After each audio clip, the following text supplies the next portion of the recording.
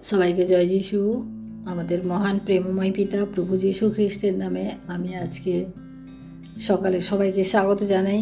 আসুন আমরা ঈশ্বরকে ধন্যবাদ দিই এবং আমরা নিজেদের ঈশ্বরের চরণে সমর্পণ করি এবং আজকের দিন শুরু করি। আসুন আমরা বাক্যপাঠের মধ্য দিয়ে যাই। আজকে আমি যে বিষয়ে বাক্যপাঠ করব তা হলো 1 করন্থীয় তার 2 অধ্যায় 12 পদ আমি পাঠ করি। এখানে লেখা আছে, কিন্তু আমরা জগতের আত্মাকে পাই নাই, বরং ঈশ্বর হইতে নির্গত আত্মাকে পাইয়াছি, যেন ঈশ্বর অনুগ্রহপূর্বক আমাদিগকে যাহা যাহা দান করিয়াছেন তাহা জানিতে পারি। অর্থাৎ এখানে আমরা আজকে যে বিষয়ে আমি আলোচনা করব তা হচ্ছে জগতের আত্মা।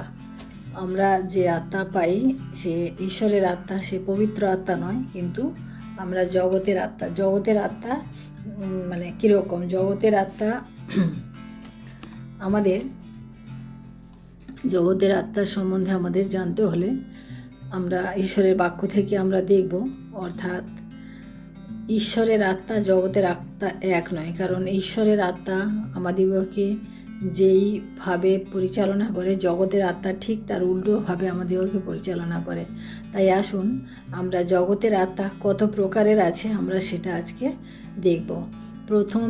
দ্বিতীয় তিমথিও তার 1 অধ্যায় 7 পদ পাঠ করি। এখানে আমরা এক ধরনের আত্মাকে পাব। কেননা আমাদিগকে ভীরুতার আত্মা দেন না, কিন্তু শক্তির, প্রেমের ও সুবুদ্ধির আত্মা দিয়েছেন। অর্থাৎ এখানে আমরা দেখি ভীরুতার আত্মা বা ভয়ের আত্মা। অর্থাৎ আমরা জগতের আত্মাতে আমরা এটাই দেখি যে ভয়ের আত্মা। অর্থাৎ ভয় আমাদের প্রত্যেকের জীবনে একটা যেটা সাধারণ ভয় থেকে থাকে, যেটা হচ্ছে আমাদের অনেকে জল দেখলে বেশি ভয় পায়, অনেক আগুন দেখে ভয় পাওয়া, তারপরে অনেকে উঁচু জায়গা থেকে নিচে দেখলে ভয় পায়। এই ধরনের বিভিন্ন রকম ভয় আছে, যেটা সাধারণত সবার মধ্যেই রয়েছে।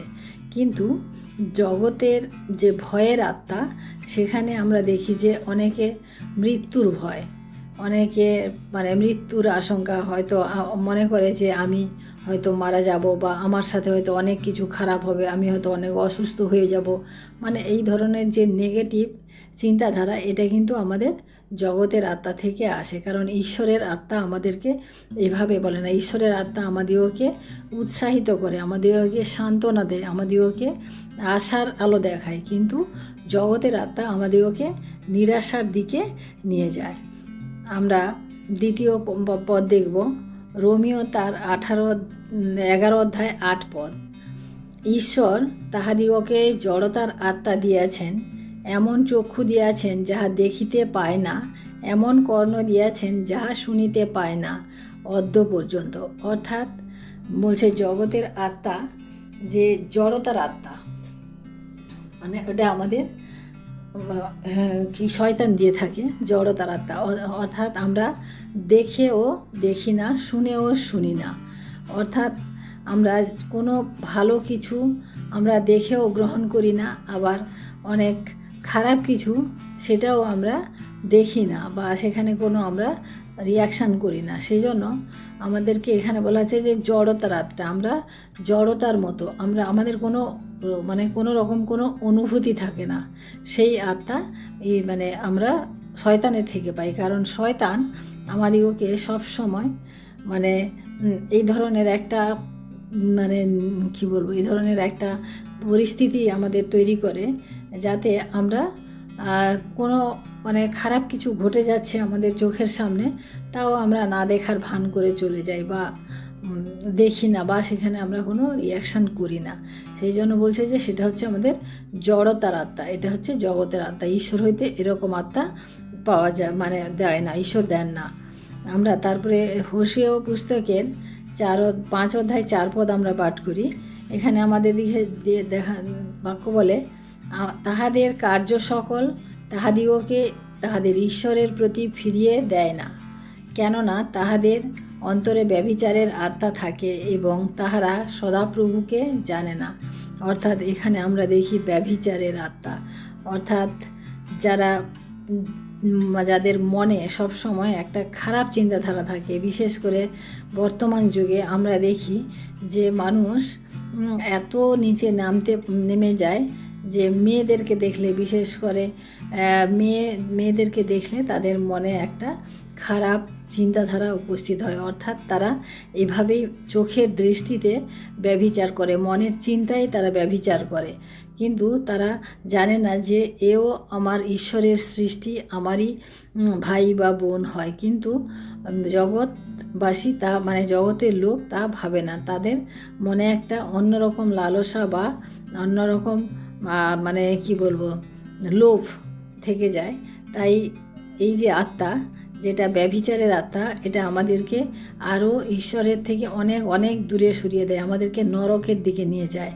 তাই এই ধরনের আত্মা আমাদের সদাপ্রভুতে পাওয়া যায় না, কারণ এই আত্মা যাদের থাকে তারা কি বলছে যে ঈশ্বরের থেকে তাদের অনেকটা দূরে সরিয়ে দেওয়া হয়, অনেক ফিরে আসে ঈশ্বরের প্রতি তাদের কোনো মানে যোগাযোগও থাকে না, যাদের মধ্যে এই ধরনের আত্মা থাকে।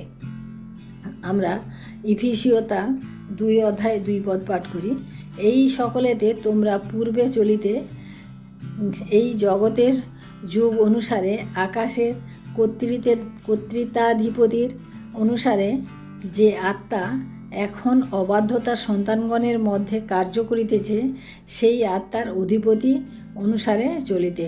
অর্থাৎ অবাধ্যতার আত্মা, আমরা অনেক সময় আমরা অবাধ্য হই না, আমাদের কথাতে বার্তাতে আমরা অবাধ্য। আমরা প্রথমে দেখেছি যে আদম হাওয়া কি হয়েছিল, ঈশ্বরের অবাধ্য হয়েছিল, তারা ঈশ্বরের কথা শোনেনি। তাই তাদের যে পরিণতি হয়েছিল, তাদেরকে সেই এদেন উদ্যান থেকে ঈশ্বর তাদেরকে বের করে দিয়েছিলেন। তাই অবাধ্যতার আত্মা এটা আমাদের ঈশ্বর থেকে নয়, কিন্তু এটা শয়তানের থেকে হয়। কারণ আমরা এই জগতে, এখানে বলা হচ্ছে যে কর্তৃত্বাধিপতির অনুসারে যে আত্মা, আমরা অবাধ্যতা মানে অর্থাৎ যে আমরা যাদের আন্ডারে থাকি, যাদের কর্তৃত্বে থাকি, ধরুন আমরা সংসারে পিতামাতার বাধ্য হওয়া বাচ্চাদের কাজ, স্বামী স্ত্রীর মধ্যে একটা সুন্দর সম্পর্ক থাকা বা স্বামীর বশীভূত হয়ে স্ত্রীকে থাকা, সেটা একটা বাধ্যতা। কিন্তু এইগুলো যখন হয় না, তখন কি আমাদের অবাধ্যতা চলে আসে আমাদের মধ্যে, তখন একটা মানে রেষারেষি চলে আসে, তখন একটা অশান্তি চলে আসে। তাই এই অবাধ্যতার আত্মা আমাদের জীবনে থাকে, জগতের মানুষের জীবনে প্রায়ই দেখা যায়। কিন্তু আমাদের প্রভু যীশু কিন্তু আমাদেরকে সেই অবাধ্যতার আত্মা দেননি, তিনি আমাদিগকে নম্র করেছেন, বাধ্য করেছেন এবং তার পথে চলার জন্য, তার বাক্য অনুসারে চলার জন্য আমাদিগকে আহ্বান করেছেন। আমরা যিশাইও তার 61:3 দেখি, যেন সিয়নের শোকার্ত লোকদিগকে বর দিই, যেন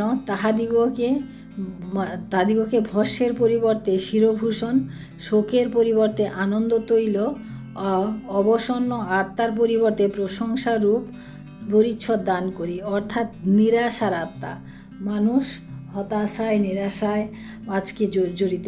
এই যে হতাশা নিরাশা, আমাদের কি হবে, আমার সন্তান কি করবে বা আমার সন্তান, কিন্তু আমরা কখনো এটা দেখি না যে আমরা ঈশ্বরের সন্তান, ঈশ্বর আমাদের জন্য সমস্ত কিছু মনোনীত করে রেখেছেন, ঈশ্বর আমাদের জন্য সমস্ত পরিকল্পনা করে রেখেছেন। কিন্তু আমরা জগতের আত্মায় যারা বশীভূত বা জগতের আত্মার দ্বারা যারা চলে, তাদের মধ্যে কিন্তু এই নিরাশা হতাশা এটা কিন্তু থেকে থাকে, কারণ তারা কখনোই কোনো কিছুতে সন্তুষ্ট থাকে না, তাদের মধ্যে একটা হতাশা সবসময় কাজ করে, সবসময় একটা উদ্বিগ্ন ভাব থাকে, সবসময় একটা কি হবে কি হবে না এই ধরনের মনোভাব থাকে।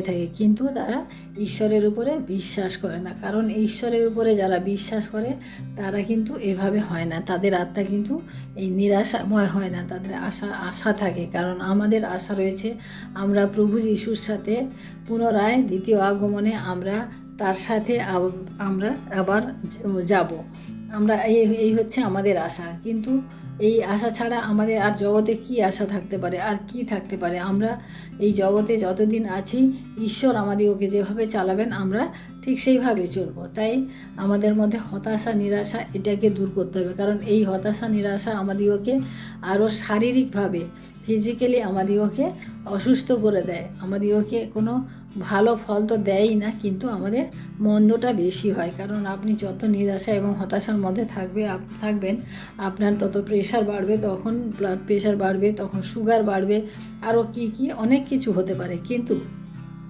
আপনি যদি প্রভুতে আনন্দে থাকেন, প্রভুর আত্মাতে যদি আপনি বিচরণ করেন, তাহলে আপনার অনেক বেশি শান্তি এবং আনন্দ আপনার জীবনে থাকবে, আপনি অনেক শান্তিতে বাস করতে পারবেন। আমরা শেষে দেখি দাসত্বের আত্মা, অর্থাৎ রোমিও তার 8 অধ্যায় 15 পদে আমরা যখন পাঠ করি, এখানে দেখি, বস্তুত তোমরা দাসত্বের আত্মা পাও নাই যে আবার ভয় করিবে, কিন্তু দত্তক পুত্রের আত্মা পাইয়াছ, যে আত্মাতে আমরা আব্বা পিতা বলিয়া ডাকিয়া উঠি। অর্থাৎ এখানে আমরা দেখি যে দাসত্বের আত্মা, আমরা আগে দাসত্বে ছিলাম না। রোমীয় শাসনের সময় মানুষ দাসত্বে ছিল, ইসরায়েল সন্তান দাসত্বে ছিল, কিন্তু তাদেরকে ঈশ্বর সদাপ্রভু মোশির মাধ্যমে তাদের সেই দাসত্ব থেকে তাদেরকে বের করে নিয়ে এসেছেন। তাহলে এখন আমরা দাসত্বে নেই, কিন্তু সেই দাসত্বের মনোভাব যে মনোভাব ছিল, সেই মনোভাব যেন আমাদের মধ্যে না থাকে। সেই মনোভাব হচ্ছে জগতের মনোভাব, কারণ প্রভু যিশু এসে আমাদেরকে সম্পূর্ণরূপে স্বাধীন করে দিয়েছেন, আমাদেরকে সম্পূর্ণরূপে আনন্দ দিয়েছেন, সম্পূর্ণ নিরাশা থেকে আশায় নিয়ে এসেছেন। তাই আমাদের ওই দাসত্বের মনোভাব বা দাসত্বের আত্মা আমাদের জীবনে যেন না থাকে। তাই প্রিয় ভাই বোনেরা, আজকে আমরা পাঠ করলাম যে জগতের আত্মার মধ্যে আমরা দেখি ভয়ের আত্মা, জড়তার আত্মা, ব্যভিচারের আত্মা, অবাধ্যতার আত্মা, নিরাশার আত্মা এবং দাসত্বের আত্মা। আমরা এই 6 প্রকার আত্মাকে আমরা আজকে দেখলাম। এই আত্মা আমাদের প্রভুর হতে না, এই আত্মা হচ্ছে দিয়াবল বা শয়তানের থেকে হয়। তাই আমাদের আজকে যে বিষয় আমরা আজকে দেখব, যে যেটা আমরা চিন্তা করব, যে আমার মধ্যে বা আমাদের মধ্যে কি ধরনের আত্মা আছে, আমরা কি ধরনের আত্মার দ্বারা বশীভূত হয়ে চলছি, প্রভুর আত্মা, সেই পবিত্র আত্মার দ্বারা, নাকি এই জগতের এই সমস্ত আত্মার দ্বারা। তাই আসুন আজকে আমাদের নিজেদের জীবনকে আমরা একবার যাচাই করে নিই এবং আমরা ঈশ্বরের যে আত্মা আমরা পেয়েছি, সেই আত্মার দ্বারা আমরা চালিত হই।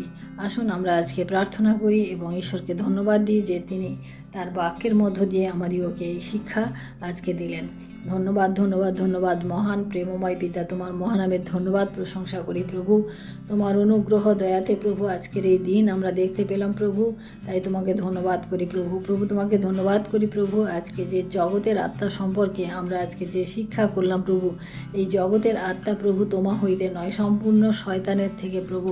দিয়াবল শয়তান প্রভু প্রতিনিয়ত প্রভু তোমার মানব সন্তানদের মধ্যে প্রভু কাজ করে চলেছে প্রভু, এবং প্রতিনিয়ত প্রভু কাউকে না কাউকে প্রভু এই আত্মার দ্বারা বশীভূত করছে প্রভু, এবং আমাদের মধ্যে হতাশা, নিরাশা, বিদ্রোহ, আমাদের যুদ্ধ, আমাদের সংগ্রাম সমস্ত কিছু চলে আসছে জীবনে। তাই প্রভু তোমার কাছে বিনতি প্রার্থনা করি প্রভু, আমাদের প্রত্যেক খ্রিস্টীয় ভাই বোনদেরকে প্রভু তুমি আশীর্বাদ করো এবং তোমার পবিত্র আত্মা দিয়ে তাদেরকে পরিচালনা করো প্রভু। যাদের মধ্যে এখনও পর্যন্ত এই জাগতিক আত্মা বা হতাশা, নিরাশার আত্মা, এই সমস্ত আত্মা রয়েছে প্রভু, তাদের থেকে তুমি দূর করো এবং তাদের প্রত্যেককে প্রভু তোমার পথে চলতে তুমি সাহায্য করো এবং আশীষ করো। সমস্ত মহিমা, গৌরব, প্রশংসা প্রভু তোমাকে দিই প্রভু। আজকে দিনের ভার তোমার হস্তে রাখি, সারাদিন তুমি আমাদের সাথে থাকো, আশীর্বাদ করো এবং আমাদেরকে তোমার মতো করে পরিচালনা করো প্রভু। আমাদের ইচ্ছা নয় প্রভু, সমস্ত তোমার ইচ্ছাই সিদ্ধ হোক আজকের দিনে প্রভু। তাই ধন্যবাদ, মহিমা, গৌরব, প্রশংসা তোমাকে দিয়ে। সমস্ত ভুল ত্রুটি অপরাধ ক্ষমা করো প্রভু। এই বিনতি প্রার্থনা চাই আমাদের মুক্তিদাতা ত্রাণকর্তা প্রভু যীশু খ্রিস্ট তোমারই নামে, আমেন। সবাইকে জয় যীশু। সবাই ভালো থাকবেন, সুস্থ থাকবেন এবং আমার চ্যানেলটিকে প্রত্যেকে লাইক করুন, শেয়ার করুন এবং অবশ্যই সাবস্ক্রাইব করুন। আমেন।